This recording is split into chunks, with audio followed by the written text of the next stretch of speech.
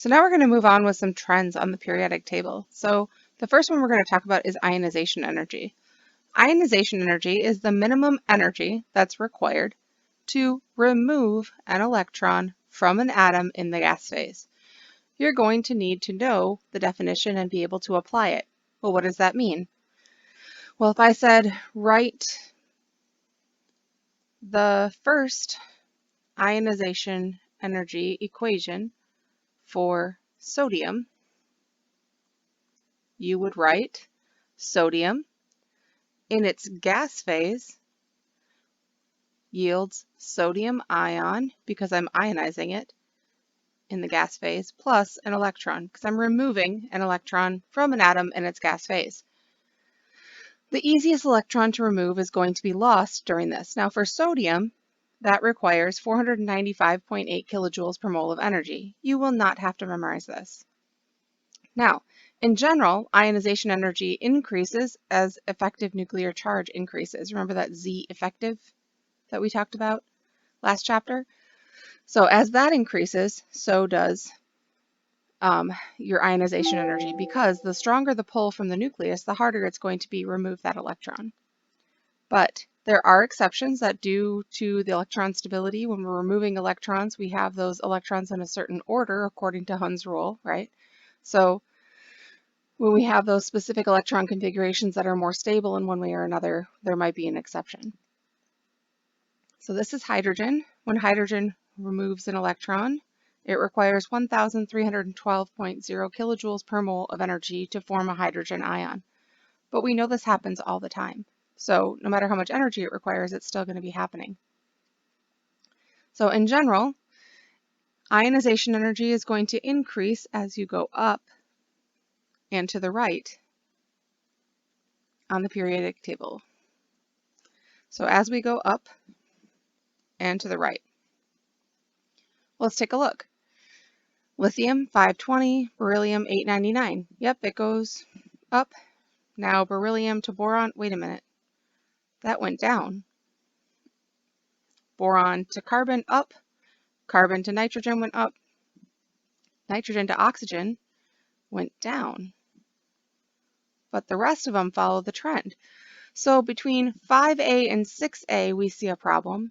And between 2A and 3A, we see what's an exception. And we see that all the way down. 738, 577, 590, 579. It's not always that big, and here it's actually not even happening. We have an F block in there though too. So what is happening? What's going on? We see this going on all the way down for the most part. Okay, so we'll talk about that in a minute, but I want you to note that it is happening. We do see a problem. It's not going up like we said it would in these areas. And we're going to talk about electron configuration, but first let's look at the noble gases. So why do noble gases have such high ionization energies? Well, they're content. They have a full octet of electrons. So if they've got a full octet of electrons, they don't want to remove any electrons or give up any electrons or take any electrons. So if you try to remove an electron from these, you're going to get a clear problem that says, hey, wait, this is going to require a lot of energy, saying that it probably doesn't want to make that happen. Now down here at the bottom, the easiest to remove electrons from are those that form 1+ cations. So group 1, those are going to be very simple. So they can't wait to get rid of an electron because they want to have a noble gas configuration. So what do you notice? This is what I was talking about in the previous slide. What do you notice between 2A and 3A? Well, we said it doesn't follow the trend, but why? And what do you notice about 5A to 6A and why? And I need you to pause it, and I want you to draw the electron configuration, just the valence, and see what's happening. Look at what's happening. We're talking about removing an electron. All right, so if we look at what's happening, 899 to 800, we expected this to go up, not down. So why is it going down? So I said draw the electron configuration for beryllium or boron here or whatever. So it's going to be harder to remove. Let's look at group 2A to group 3A. So this would be like beryllium to boron. We have a full s orbital here. And even though it's paired and I have to account for that pairing energy, it's going to be easier to remove this lone electron in the p orbital than it's going to be to remove this pair core electron, because even though it's not full in a full valence shell yet, it's still paired core s electron. So it's going to be easier to remove this one than it would be to remove this one. And then we go from 5A to 6A. Look here, so 5A to 6A, we would see that here I have one electron in each p orbital. But here I have two, so I have pairing energy. So I had to put energy in to put this second electron here in the p orbital, and it's not full, so it's not giving me anything else above and beyond that's back. So really it's just taking up extra energy to have that extra electron in there. So to remove that one, I'm going to also get back that pairing energy I had to put in. So it's going to be easier to remove that one and more energy efficient than it is to remove that one.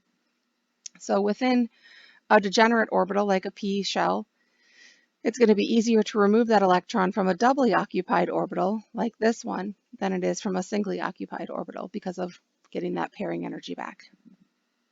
All right, so what about, I asked you earlier for the first ionization energy equation, but what about the second ionization energy equation or the third ionization energy equation?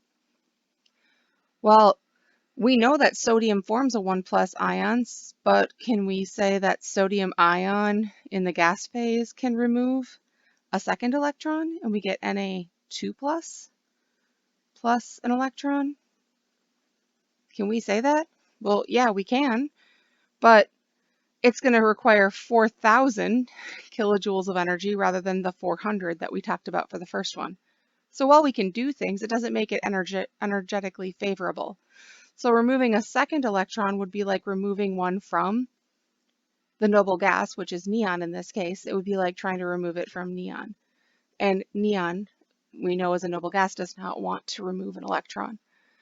So while sodium doesn't really want to do that, we can write it for anything. Magnesium would want to do that because magnesium does form a 2+ ion, so we know that it does.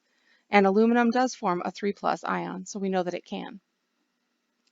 In general, we see this stepwise chart here. What is that step showing? This step is where we are isoelectronic with a noble gas. And at that point, if you want to remove an electron, it's going to cost you a lot more energy. So 8,000 jumps up to 27,000. In general, the highest jump, energy jump, occurs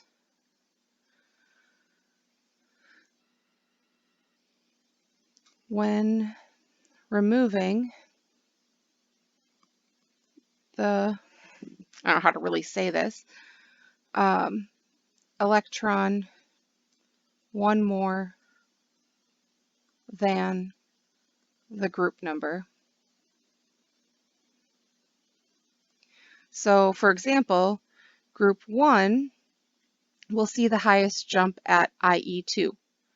Group 2 will see it at IE3. Group 4 will see the jump at group 3 at 4. Group 4 at 5. Group 5 at 6, and so on. So why is this happening? Because we're going to experience a greater Z effective for these. They're going to be smaller, closer to the nucleus, and have a stronger pull to the nucleus. So would you expect sodium or magnesium to have the greater first ionization energy? Pause it and answer it in sentences. Magnesium is to the right of sodium. Magnesium has a higher effective nuclear charge because it's smaller, so it's harder to remove an electron from magnesium. So magnesium has the higher first ionization energy. Which would you expect, sodium or magnesium, to have the greater second ionization energy? We said sodium is group 1, magnesium is group 2, and we said that group number plus 1 is going to be where we see that giant jump. Also, sodium has 1 valence electron and magnesium has 2. If we were doing the second ionization, we already lost the 1 valence electron from sodium, and we lost 1 of the 2 from magnesium. So the next electron that sodium has to lose is going to be from a noble gas configuration like neon. So the one with the highest second ionization energy would be sodium, because we're trying to remove an electron from what would be the equivalent of neon. Electron affinity. Electron affinity is how much energy is released from an atom in the gas phase when it accepts an electron. So in this case, if I said write the first electron affinity equation for chlorine, you would write chlorine in the gas phase accepts an electron, so it's on the reactant side, to yield chloride in the gas phase. And for this particular equation, that would require 349 kilojoules per mole of energy released, so it's negative. So this is going to be given off. Releasing energy is beneficial, so we're going to consider this to be higher, would be better, and more likely to occur. So ionization energy and electron affinity both increase up and to the right. So we can see that this going up and to the right is going to increase, except here to here and here to here. So between 4 and 5 and 1 and 2, we see a hiccup in the problem, or a hiccup in the trend. We're going to see that those are going to be our exceptions that don't follow the trend. But let's look at what does follow the trend. Where is our trend? The highest electron affinities, the ones that are most likely to happen. Those are group 7, group 7. The halogens, they need 1 more electron to get to a noble gas. So of course they want to undergo this type of reaction. They want an extra electron. They're going to do anything they can to get it. What's at the bottom? Noble gases, group 1, some group 2 elements, they do not want any more electrons. They want to give theirs away. They have low ionization energies instead. So when is it going to be a problem? We said between group 1 and group 2. Well, let's take a look. So it's going to be easier to add an electron to this s orbital down here than it is to jump up in energy and go up to the p. So we're going to see it's easier to pair this and have that core electron fill up that shell than it is to jump up to the p. But within a degenerate orbital, set of orbitals here, we have, it's going to be easier to add an electron here where we see it gets its own orbital than it is here, because here we have to account for the pairing energy again. So pairing energy is going to take away from our overall energy that we get back in return, so it's going to actually give us less energy overall. Now we said we had 1 ionization energy, 2, 3, 4, 5, 6. You can remove all the electrons technically if you have enough energy to put in. But the same thing with electron affinity, we can add more and more and more electrons, but the first one is going to be positive, releasing energy. The second one is always going to be negative. The more electrons we add, the more electron-electron repulsions that we're going to have. And we have to overcome those electrostatic repulsions in order to add more electrons. So it's not as easy as it sounds. But we do know that more than 2 electrons will add. We do see 3 minus ions. But remember, any charge that we have that's greater than 2 is somewhat unstable. So 3 plus does form in aluminum, 3 minus we see in nitrogen, but they're not always the most stable once we're above 2 to 3. So we have to keep that in mind. So let's just clarify this. Both ionization energy and electron affinity have the same trend. They increase up and to the right. So increase in ionization energy means it's less likely to occur. So a higher IE means it's probably not going to occur. but a higher EA means it's probably going to occur. So an increase in electron affinity means it's more likely it's going to be possible for it to happen. So even though they're the same trend, they mean opposite things. So I want you to pick which one you would expect to have the higher first electron affinity, aluminum or silicon or phosphorus. Please pause it and give your reasoning behind each one.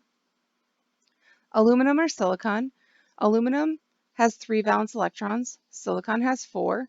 Silicon is to the right of aluminum, so it's smaller. It's going to have a higher effective nuclear charge, and therefore silicon should have the highest electron affinity. Simple, follows the trend, great. Silicon or phosphorus. Phosphorus has 4 valence electrons. Silicon has 4 valence electrons. Phosphorus has 5.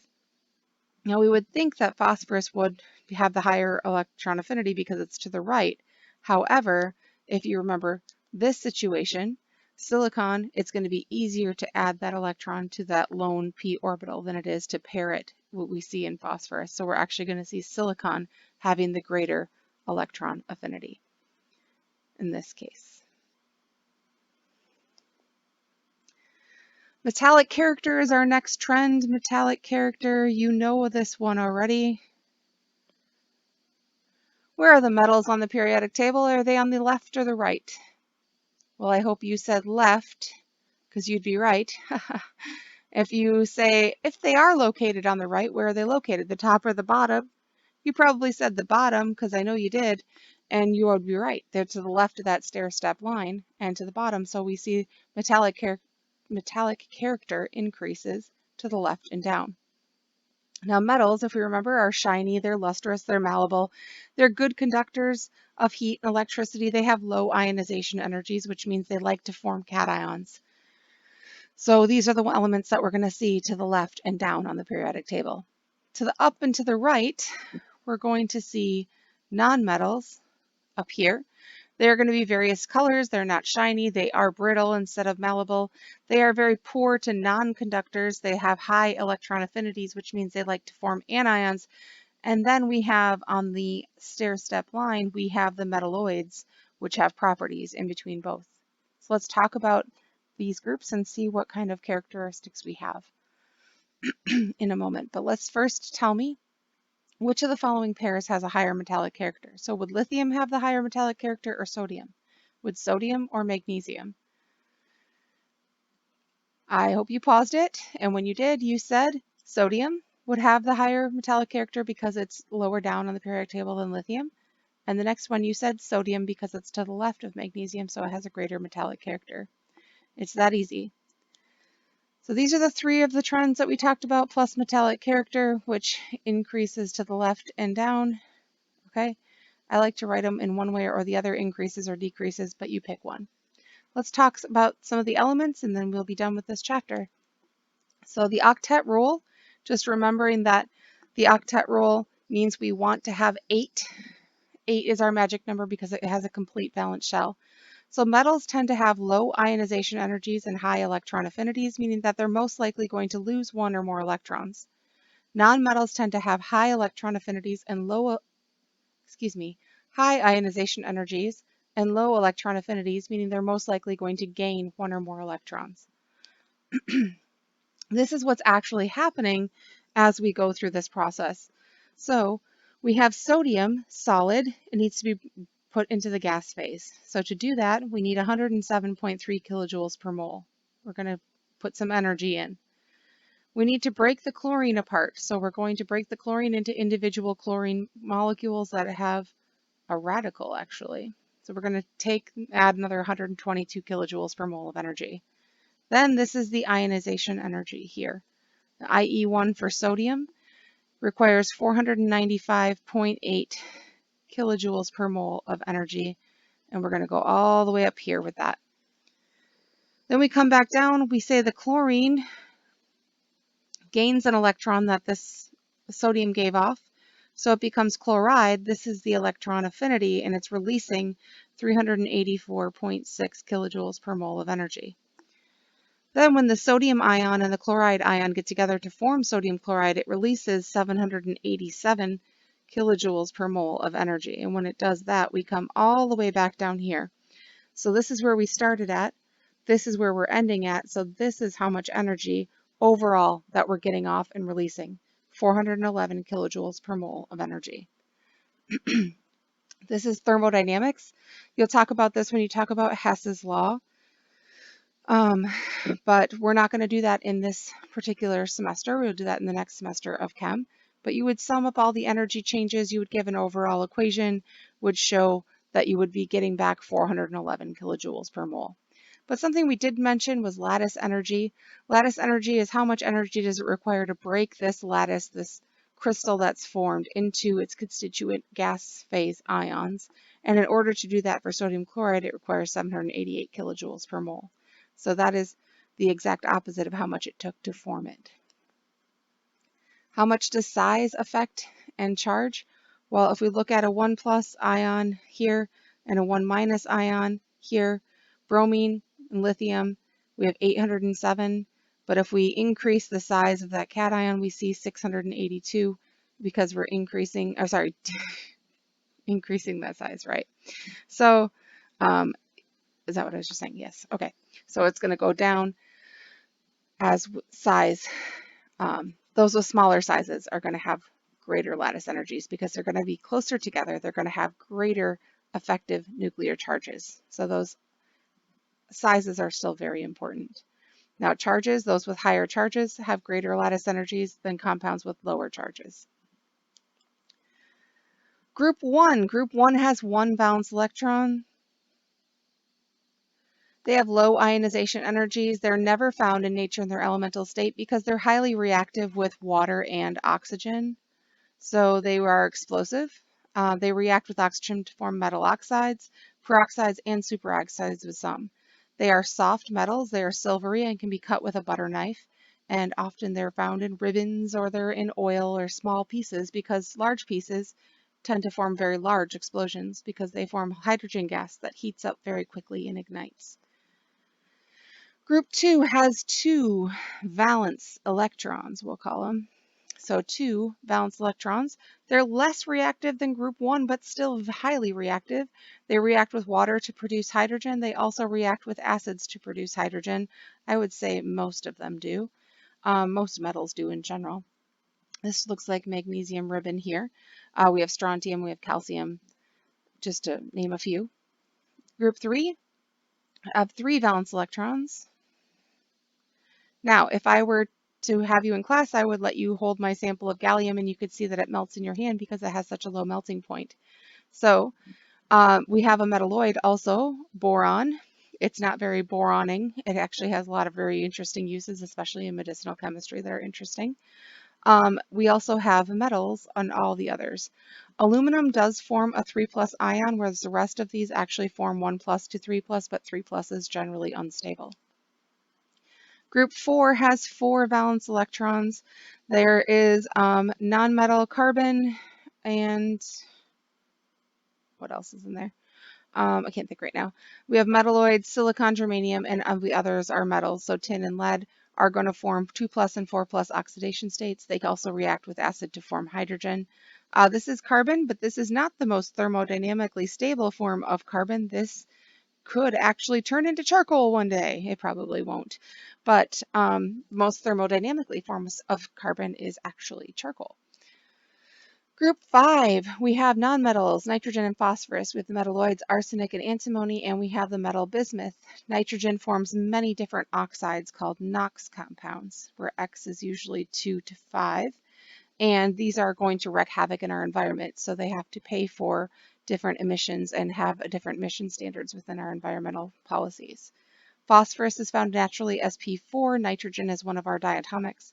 Arsenic, antimony, and bismuth are all crystalline solids. Now, nitrogen and phosphorus do form acids like nitric acid, nitrous acid, different types of acids that are important in industry, as well as phosphoric acid, which is also important in industry. Liquid nitrogen is fun, especially this time of year, but as a public service announcement, do not immerse any body part that you do not want to lose. Group 6, nonmetals, oxygen, sulfur, and selenium, metalloids, tellurium, and polonium. Oxygen is naturally found as a diatomic element, O2, sulfur and selenium as S8 and Se8. Tellurium and polonium are crystalline solids, as well as sulfur can actually form many different types of compounds which are significant in your everyday life. This is battery acid, just to name one of the many things it can do. Sulfur compounds are often very stinky, so when you smell rotten eggs, you're smelling that sulfur compound. They can be acid given off by bacteria or gases given off by bacteria in your water pipes or something like that. They can also be given off in industry in the smog, and they smell bad. So sulfur does have a lot of stinky compounds that it forms, but also very important compounds that it forms. Group 7 are the halogens. They have 7 valence electrons, and they are all diatomic. They do not exist in their elemental state because they're all diatomic. They form ionic salts. Remember, an ionic salt is something that forms from the cation from a base and the anion from an acid get together, and so they are a salt. They also form molecular compounds with each other. This is iodine. You've probably seen it dissolved and used as a cleanser, or an antibacterial, kill everything, right? All right, so bromine is a class 4 inhalation hazard. I used to have to use this when I worked in the industry. They did not always protect me, so protect yourself. Grab your MSDSs and see what you should have. I did not have the proper equipment. So a class 4 inhalation hazard when the scale only goes to 4 is a very important distinction, because this is a dangerous chemical that you should not be breathing in, and I was breathing in far too often. So I'm hoping it didn't affect me forever, but I do have breathing issues, so who knows. Group 8, these are the noble gases. Used to be known as the inert gases until about 1963, when xenon and krypton were used to form compounds. No major commercial use is not really true at all. So helium does, we have actually a shortage of helium all the time. It does escape the atmosphere. This is what helium looks like, but we do also have neon signs, right? So maybe you've seen some neon, helium, krypton, depends on what color you're seeing. But when I worked for Airgas, when I worked for their pure gas labs, I used to send this everywhere. So we used to bottle it, send it everywhere, and we never had enough to go around. So just about every industry uses these as carrier gases for their instruments, there's some things you can't list, but just about every industry uses these gases. And that's it for this chapter.